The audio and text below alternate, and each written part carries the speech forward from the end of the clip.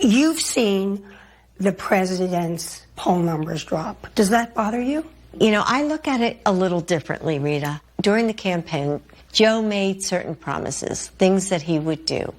And we were going through a pandemic, which no one could have anticipated. So he did come in and rescue America with the American Rescue Plan. And millions of families got money because they were desperate. We have vaccines for kids ages 5 and up. And now with the infrastructure plan, we're going to have better roads and better buildings that don't have asbestos, better drinking water. So do you figure once the public kind of comprehends this, things will turn around? I do. And one more question on that, on the polls, because there have been some recent polls that show that quite a few Americans have some questions about the president's current mental fitness. As somebody who spends, I can see you shaking your head. Yes. So what's your response to that? I think that's ridiculous. I think that's ridiculous. Okay? Well, what is your response then? I mean, is that your response? That's it? That's it. That's as much as you get pressured on the fact that Joe Biden clearly has early onset or late onset dementia, Alzheimer's. I mean, come on, lady. There are polls that show that Joe Biden, like over half the country doesn't think that Joe Biden's fit to be president. Literally less than a fourth of your party want him to run for president again. You have like 24% of people who are Democrats want Joe Biden to run for president again because they don't think he's mentally fit. Your response, okay, listen, here's how you win an argument. You present evidence and you present facts and you present a compelling case that the argument against you isn't true, isn't real, that the argument against you is false or flawed. And then you convince people to come over to this side and to come over to your side through presenting a more logical and more thoughtful and more fact-based argument. So Jill Biden's argument that Joe Biden doesn't have total and complete mental collapse right now, as we can all clearly see, as everyone can clearly see, it's very painful. We're about to play you a supercut of exactly how painful the Biden presidency has been, how it's been like watching a live cam of the Alzheimer's ward at your local nursing home. So as we watch Joe Biden shuffle around the White House in a filthy bathrobe and mumble bumble as dentures falling out of his mouth, his brain falling out of his face, his pants, his Depends filling up inside of the Vatican, we see that Joe Biden's clearly unfit for office. Polling shows that. And Jill Biden's response to that, her argument against your husband has dementia is, that's ridiculous. And then CBS just cuts away. They just cut away. They're just like, okay, time to go to another segment. What? That's supposed to, you do realize that it actually makes it worse, right? You do realize that that kind of a weak beer argument makes it worse. It makes people think more that something is up with Joe Biden because we clearly have eyes. We have brain stems that function unlike the president. And we can see what is happening to him in moments like this. And I warn the audience, this is extremely painful. Joe Biden, if you're watching right now, you will know that it's no longer ridiculous. Please play the tape. When you build a charging station, it's like back in the day when my grandpa worked for the American Oil Company back in the turn of in the 1920 in that area. They went from state to state convincing people that allow them to put 20,000 gallons of gasoline under the ground. They didn't want them around. No, I'm going to answer one. I'm not going to answer Ethiopia. Let's stick on the debt so we don't confuse the American people. How are we going to get this done and so on?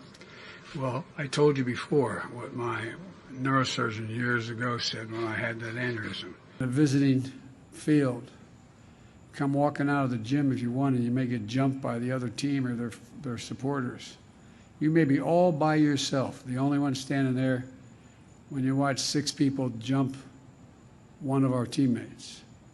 I got them.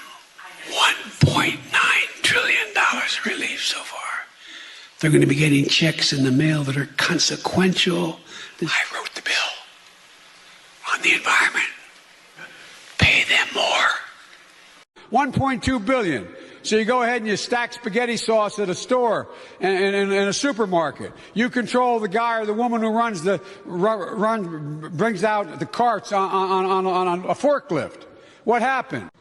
You know, when I talk to all your folks out in the playground, as I joked, everybody knows I like kids better than people. Fortunately, they're like me. That's why maybe I like them. Barack and I think it's a right for people to have bad health care. Is there going to become a time where you might call him, old friend to old friend, and ask him to open up China to the World Health Organization investigators who are trying to get to the bottom of COVID-19? Let's get something straight. We know each other well. We're not old friends. It's just pure business. And Ange walks up to me and goes, "Joey, baby!" Grabs my cheek, and I thought the Secret Service was going to blow his head off. We have the tools. Now we just have to finish the job with truth. Pay your fair share. Just pay a decent portion of what we lay out in this piece of legislation. With providing professional education beyond 12 years. They don't know quite what to do. Play the radio. Make sure make sure you have the record player on at night. The phone. Make sure the kids hear words. I used to love to drive. They don't let me drive anymore. And I have a beautiful Corvette sitting in my garage. I view it as a tax cut for middle-class families. A tax cut. We never have an argument when we talk about with the wealthy. This is a tax cut. It changes the lives. We have fewer democracies in the world today than we did 15 years ago. Fewer. Not more, fewer. And global health and a global health threat council. I can't think of anyone better to lead this operation than Deanne Criswell of FEMA. Looks like a tornado. They don't call them that anymore. I was able to go to the private ports with 40% of all products coming into the United States of America on the West Coast go through Los Angeles and what am I doing here? What you're doing for the country.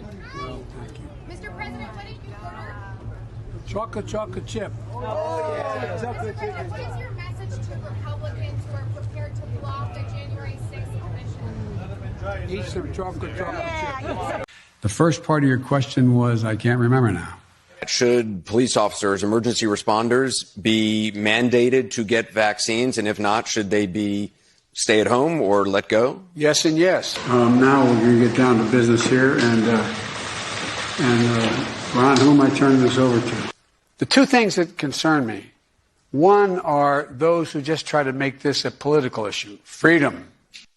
I'm joined by the executive director of the ports of Los Angeles and Long Beach, Gene Soroka, and Mario Cordono. I apologize. And so ultimately, we've got a lot of work to do, and thank you all very much. But some of the stuff, QAnon, the idea that the Democrats or the Biden is hiding people and sucking the blood of children no, I'm serious. Are there people in the Republican Party who think we're sucking the blood out of kids? Know the little expression, time is money. As one computer said, if you're on the train and they say Portal Bridge, you know you better make other plans. Must it be a reconciliation? What must be what? I'll lead an effective strategy to mobilize true international effort to pressure. Poor kids are just as bright and just as talented as white kids. You got more questions, but I tell you, if you have a problem figuring out whether you're for me or Trump, then you ain't black. Thank you for watching. We are 100% independent news. Are you sick of being lied to? We certainly are. That's why we started this channel. But we can't do it without you. We can't keep going without your help. All we ask is that you click like and subscribe and share this video. It's free and it keeps us going, it keeps us growing, it keeps us getting the truth out there to break the rotted corporate media infrastructure that wants to lie to you every single day, wants to corrupt your narratives, your truth, your story, and your very society. So support us by clicking like, clicking subscribe, and thank you, Patriots.